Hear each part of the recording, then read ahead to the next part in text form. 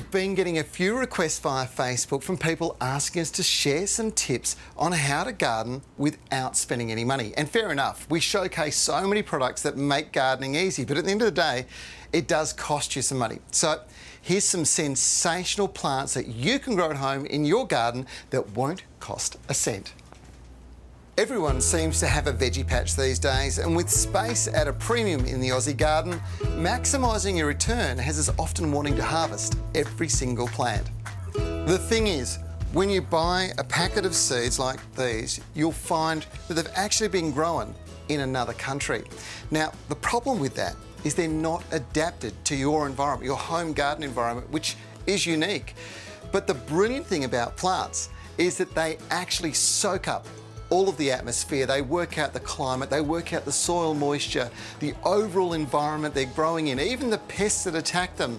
They know how many minerals are in the soil and how moist it is throughout the year, and they encode that all and load it into the new seeds that they produce when they go into flower.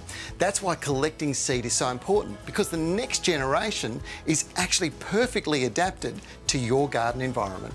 My message is harvesting seed from your crops is a very smart thing to do.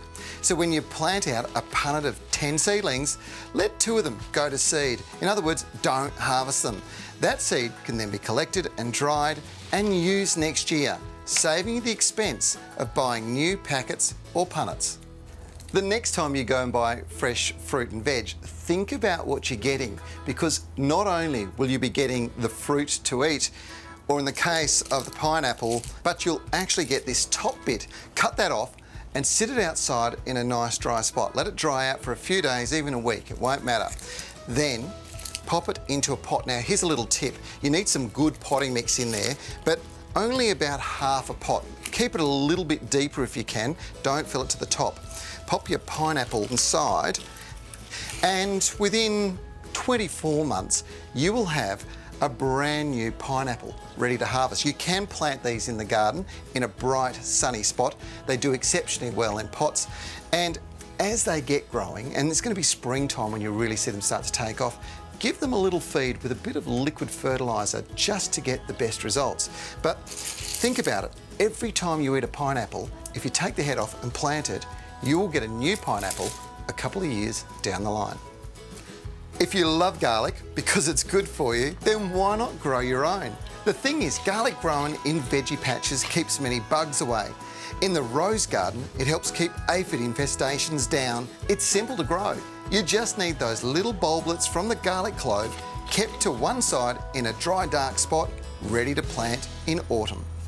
Now, here's the thing. If you plant your garlic in amongst your rose bushes now, it's going to start to grow, and when you cut them back in the winter time, it'll take off and flourish as it gets all the light. Now, the cool thing about that is, as your roses start to return in the springtime and get ready to flower, and of course you have all that soft foliage with aphids coming for them, well, the garlic's going to be mature and it's going to keep the aphids away. It's an absolutely brilliant way to companion plant. And the best thing about it is, come November, the garlic's matured, you'll start to see it die back down. It's time to lift it up, and at the bottom, you're going to find beautiful cloves just like that.